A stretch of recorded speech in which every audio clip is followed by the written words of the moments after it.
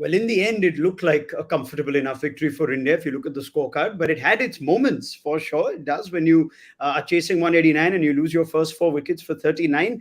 Very different kind of ODI than what we're used to seeing at the Wankhede Stadium. Australia started well and then lost their way. India started poorly and then found their way. And KL Rahul, who was trusted with the gloves to our surprise, also continued his fine form in the middle order in this format after he's copped the heat from his form in the longer format. So let's look back at that first ODI on ESPN Cricket for Match Day.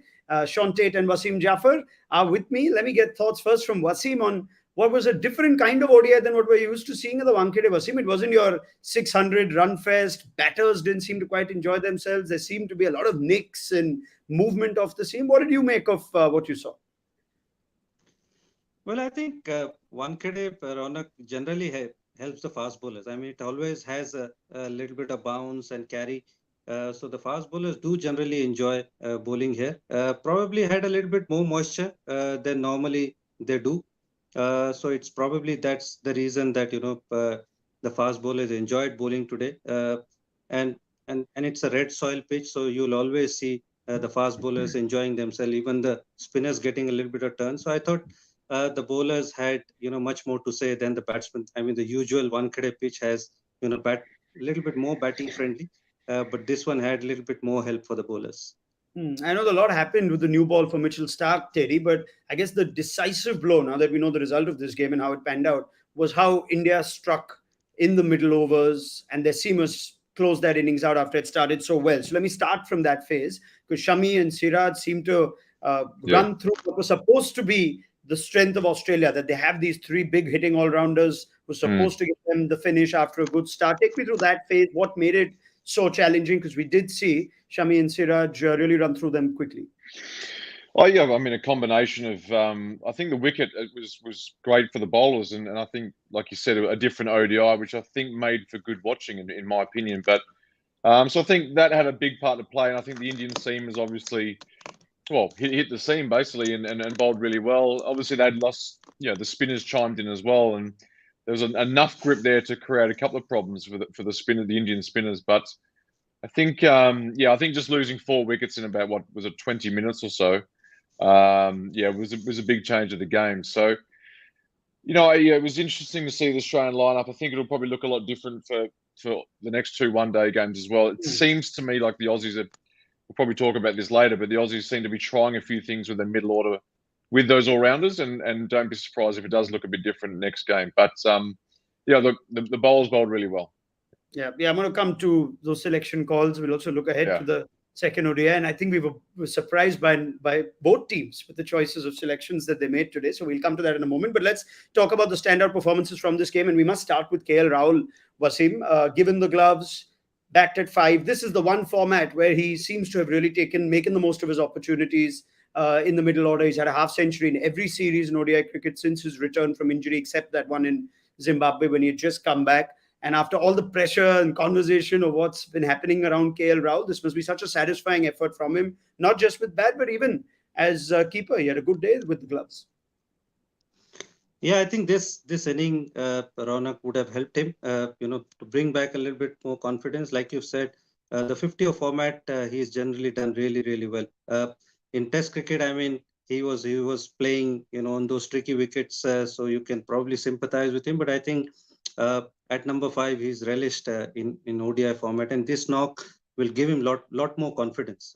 He had a good day with the gloves in his hand, and then coming out and scoring 75, making sure that India win this game in a tricky chase. So I think this knock will help him, bring that confidence back. He's a class player. There's no doubt about it. It's just that he had a little bit of phase where he was inconsistent, but hopefully. As we always say, the class is permanent and form is temporary. So he'll get back to his, scoring ways pretty quickly. You know KL Rahul quite well, Wasim. I'm just trying to think. I think it's fair to say now he is going to be a big part of India's plans in the middle order, which is where India put him when they couldn't accommodate Shikhar and Rohit and Rahul at the top. Then he, in that 2019 World Cup, got the chance to open because of Dhawan's injury. Now he seems to be the kind of player that has actually figured out the gears of how to play at 5, which is so difficult. Normally your Rohit Sharmas and Virender Sehwags who start in the middle order all want to go up the order. very few players who are given the chance to open actually figure out how to play in the middle order in one day cricket. I wonder what you've made of how well KL Rahul has figured out how to play at 5 and 6 in ODI cricket, given he's finished games off batting first, he's finished off high run chases, and this was a tricky surface where he's also shown his value as a batter who can play on a difficult surface. What's been the key to his success batting at 5? Well, I think he's got the game, Ronak. I feel he's got all the gears, and when he's playing well, he knows how to shift gears. He plays spin really well. Somebody who's coming in at number 5, start against spin, he doesn't have much problem because he plays spin well. Being an opener, I mean, if the fast bowlers are bowling well, and if India is 20 for 3, he can play in that situation as well. And if he takes the innings deep, he has got all the shots as well. He can bat in that 5th gear as well. He's done that in IPL and T20s where he's finished the games off. So I think he's got all the shots. He's got, literally, I mean, you can't pick a fault in his batting. So he's got like a complete game. It's just that he hasn't been scoring. He's been low on confidence. But when he's on song, he's a treat to watch. So we hope, being an Indian fan and the Indian public, that he comes back to his scoring ways, because when he's going well, he brings so much calmness into the batting, into the Indian batting. What stood out for you, Terry, today from KL Rahul's innings? I think just those gears. He was able to. I mean, obviously played a couple of nice, stylish shots, but I think he took his time. He played and missed outside the off stump quite a bit, which was early on, which was a bit of a trend on this pitch. The ball bouncing through nicely, bit of seam, bit of swing. I suppose he just rode the wave early of how difficult it was.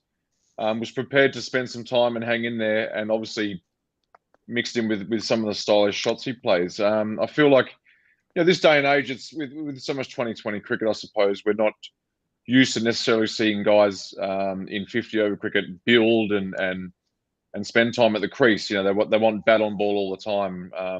I guess KL rode that wave and got through it. And he said at the end of the game in the press conference, he was enjoying those partnerships as well. So whether it was Jadeja or the guys before him, he was happy to chat with them and communicate about how important the partnership with Pandya as well was going to be towards India winning. So he's a pretty smart player, I think. Yeah.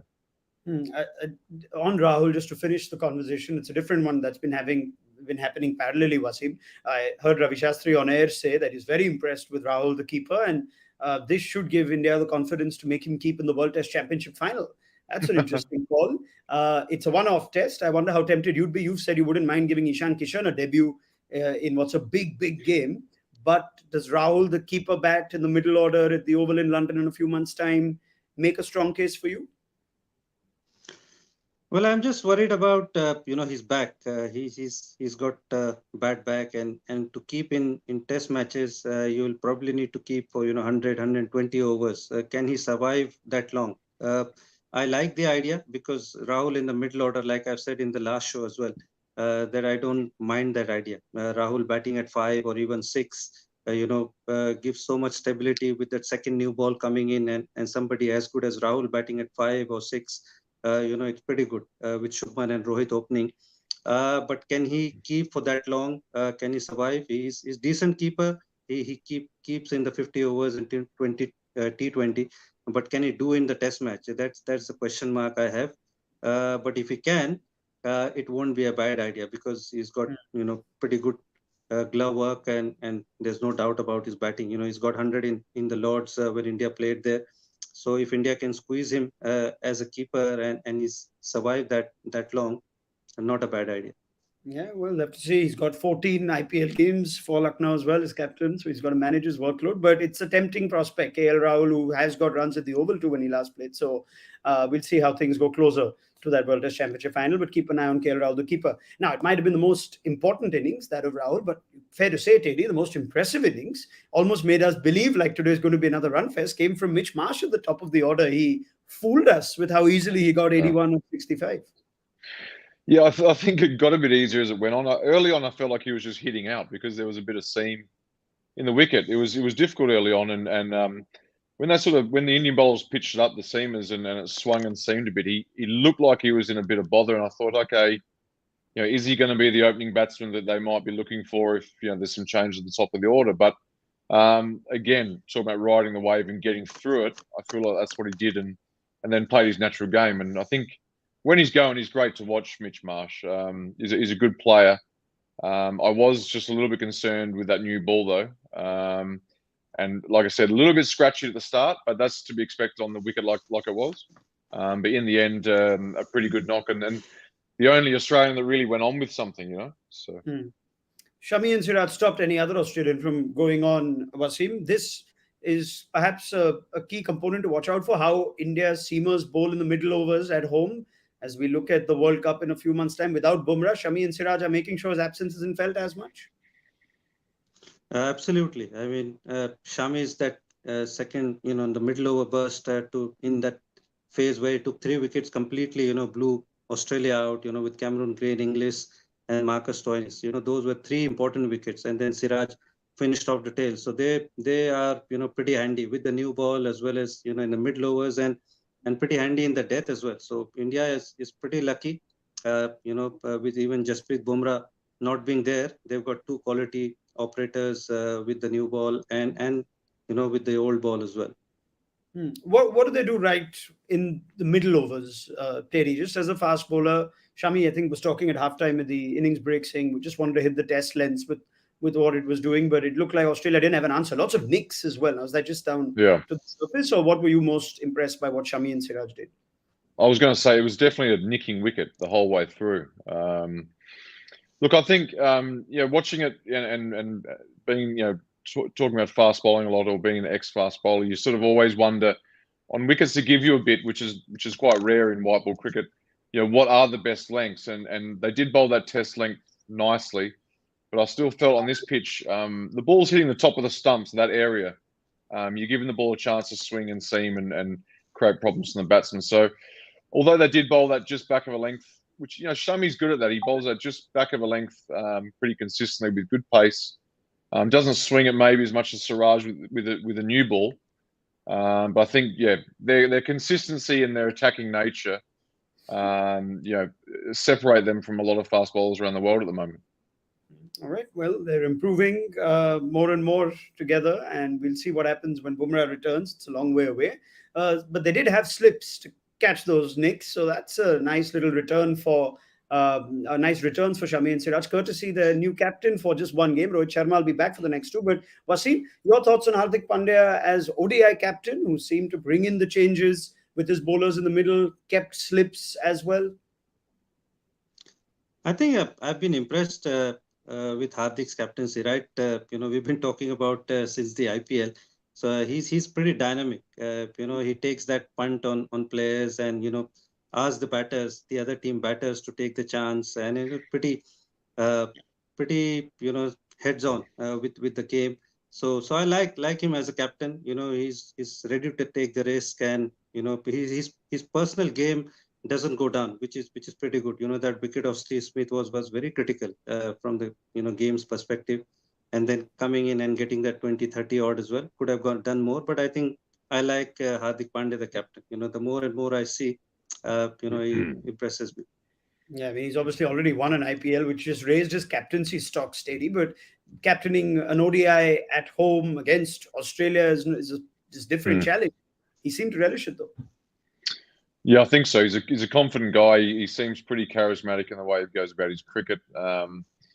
And his natural instincts, I think, the way he plays, that can also help your captaincy as well. He's happy to make decisions that might be a little bit risky with fielding placements. He's pretty proactive with his fast bowling change, or his bowling changes in general as well. And I felt like today on a pitch like that, he managed his bowling changes really well. So I think the good thing about Indian cricket is they seem to be producing some pretty good captains at the moment, and some good leaders. And I think you could go through their squad, whether it be Test cricket or white ball cricket, and you could pick 4 or 5 guys that could probably lead the side pretty well. So that's a great sign. Not many countries have that. Yeah. Everyone likes to captain in India these days, but Hardik Pandya has got the nod, and he seems to be making more and more admirers every time he gets the chance to captain, right? We will have Rohit Sharma back for ODIs 2 and 3. So they actually will go to Visakhapatnam in a couple of days' time. Let's get Wasim, Jaffer, and Shaun Tait's thoughts looking ahead to that game. Rohit back, you think it would be a swap for Ishan Kishan, Wasim, at the top of the order because they've given the gloves to KL Rahul. Do you foresee any other changes? You wanted to see 3 spinners even in the first game in our preview, but they went with Shardul Thakur. Do you see either of the spin bowling all-rounders coming into the side ahead of Isaac? Yeah, I think probably Ishan Kishan might make way for Rohit Sharma. That's a easy swap. Again, yeah, you'll be tempted for Surya Kumar as well, but you might give him another game. And probably in Visakhapatnam, a little bit bigger ground, you would want to see probably Washington Sundar or maybe Akshar Patel. You don't know, it's a tricky one because they both can bat. They're pretty good bowlers, both of them. So probably one of them. And that's about it. I think Shardul only bowled a couple of overs, even though this pitch, had so much help for the bowlers. So if you're not going to use him that much, then you might as well get a all-rounder, somebody who can bat lower down the order, which might help.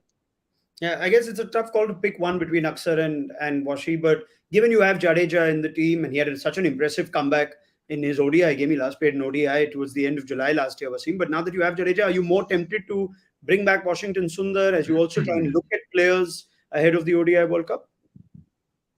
I mean, it's a tricky one. Australia doesn't have too many left-handers, Raunak. So apart from Travis Head, they haven't got many left-handers. So you might be tempted to go with Akshar Patel. He the kind of form that he's in with his batting, he's pretty handy, and he's a very good smart operator in with the wide ball, especially against the right-handers. So you might be tempted to go towards Akshar Patel because of his current form, the way he's playing. All right, fair enough. Now, there's a reason that they don't have another left-hander. I'm going to ask Shaun Tait that reason because they decided not to go with David Warner in that first ODI. No Alex Carey either. So that's 2 left-hand options they didn't go with. And they went with Mitch Marsh at the top and Josh Inglis in the middle. Warner got 100 in that last ODI he played against England just after the T20 World Cup. So it's not often that you get 100 and get dropped. So what are Australia thinking here, Teddy? It's going to be hard to remove Mitch Marsh after how he batted in the first ODI at the top of the order. But is that a change you'd like to see? Going into this series, I knew that there was going to be a different Australian lineup type thing, and there's going to be some questions asked. I think they honestly believe they're using this as a bit of a look at some guys. I think there'll be some management into this, some workload management. I'm sure all these discussions are definitely going on in the Australian camp.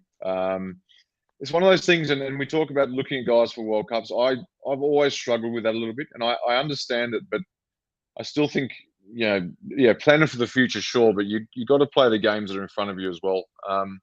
But obviously, with the amount of cricket they're playing, they do have to manage guys, and I think Warner will probably come in next game, maybe if not, probably the third one. I think we'll see a lot of changes, especially with their all-rounders and their bowling as well. So. I certainly had Warner down as my opening batsman, but who knows what their discussions are. So if you have to make a call for the second game now with the series 1-0 down, would you stick with Head and Marsh at the top? I mean, Head's got 150 in that same game that Warner played. So I mean, I had Warner and Head to start off with. That's what I would have gone with at the start. I didn't see the Mitch Marsh one coming, but who knows? I mean, they've got options now. Obviously, even the Carey one surprised me with Inglis. To be honest, I thought Inglis might have sat out on the bench. So maybe we see Carey come in as well. And domestically, he in white ball cricket, he opens a batting, Alex Carey. So they do have some options, and I think we're going to see in all 3 ODIs, we're going to see a different Australian lineup in quite a different one in all 3 of those games.